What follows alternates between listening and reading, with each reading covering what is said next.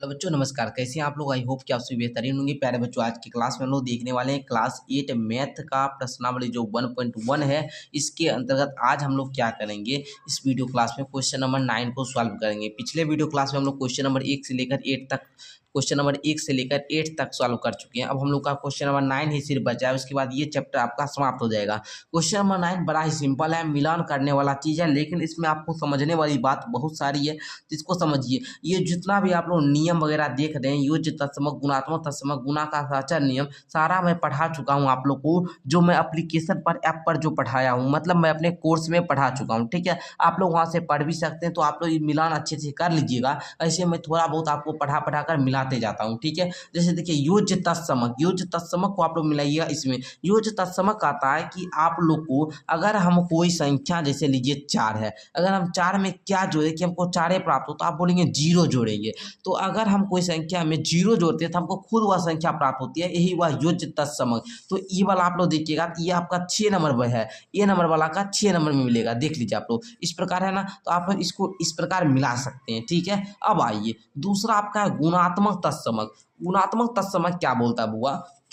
अगर कोई संख्या है, अगर हम उसमें मान लीजिए 4 है, इसमें हम लोग किससे गुना करें कि हमको खुद वो संख्या प्राप्त हो? आप बोलेंगे 1।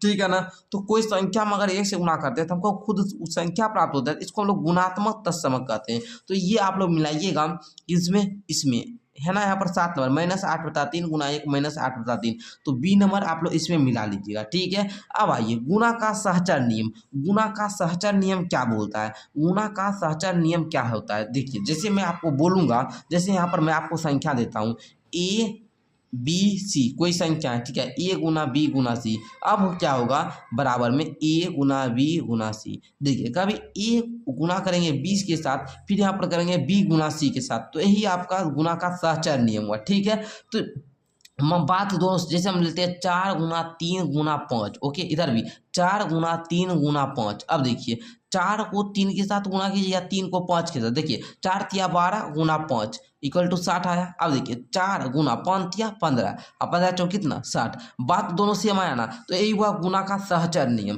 तो इसको आप लोग मिलाइएगा 5 नंबर वाला में। ठीक है, तो मिला लिए, सी तक कंप्लीट। अब देखिए योज्य प्रतिलोम क्या होता है? योज्य प्रतिलोम कहते हैं जब दो संख्या का योग आपका कितना आ जाए, 0 आ जाए, तो वो दोनों संख्या एक दूसरा क्या होती है, योज्य प्रतिलोम होती है। योज्य प्रतिलोम होती है कि नहीं होती है? होती है ना सर। तो योज्य प्रतिलोम आप लोग ऐसे ऑलरेडी क्वेश्चन नंबर 1 में भी सीख चुके हैं। ये जो क्वेश्चन आप लोग कर रहे थे, इसमें योज्य प्रतिलोम आप लोग सीख चुके हैं ना जी, फर्स्ट क्वेश्चन था। तो इस प्रकार आप लोग को करना था। देख लीजिए योज्य प्रतिलोम आप लोग का किस में है, सबसे आखिरी वाला में ना, इसमें है योज्य प्रतिलोम। तो इसको आप लोग एक्स के साथ मिला लीजिएगा, डी नंबर वाला जो है इसको आप लोग मिला लीजिएगा एक्स के साथ। ठीक है, समझ गए योज्य प्रतिलोम। अब आइए समवरक नियम। समवरक नियम आप लोग का सिंपल सा होता है, अगर हम कोई पूर्ण संख्या जोड़ते हैं, पूर्ण संख्या में पूर्ण संख्या जोड़ते हैं, तो हमको पूर्ण संख्या प्राप्त होता है, तो वो पूर्ण संख्या की योज्य का समवरक नियम फॉलो करता है। अगर हम कोई परिमेय संख्या लेते हैं, उसमें परिमेय संख्या जोड़ते हैं, हमको परिमेय संख्या ही प्राप्त होता है, तो ये समवरक नियम के अंतर्गत आता है।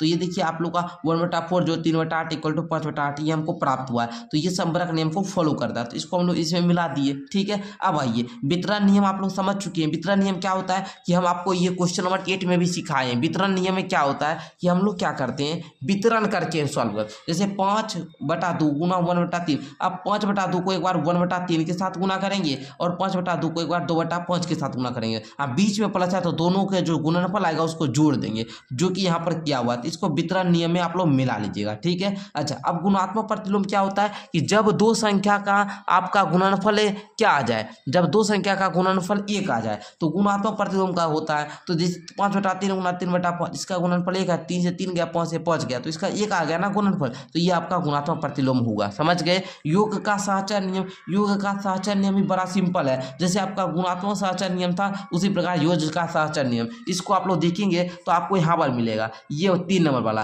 तो योग का सहचर नियम जो है H नंबर, इसको इसमें मिला लीजिएगा H वाला में। ठीक है, चलिए आगे आइए गुणा का कर्म विनिमय नियम। कर्म विनिमय नियम आप लोग बढ़िया तरीका से सीख चुके हैं बुआ लोग। कर्म विनिमय नियम क्या कहता है, जैसे देखिए ए गुना बी है और बी गुना ए है, यही हुआ कर्म विनिमय नियम। मतलब 4 गुना 5 कीजिए या 5 गुना 4 कीजिए, बात दोनों एक ही आएगा, यही हुआ आपका गुणा का कर्म विनिमय नियम। तो इसको आप लोग मिलाइएगा यहाँ पर, ठीक है, ये वाला में 2 नंबर वाला में। ठीक है, चलिए अब योग का कर्म विनिमय नियम, गुना का देख लिया। अब योग का देखिए तो योग में क्या होगा, वही बात a + b कीजिए या b + a कीजिए, बात वही हुआ। तो 1 नंबर वाला में तो इस प्रकार आप लोगों ने मिलान वाला भी अच्छे तरीका सीखा।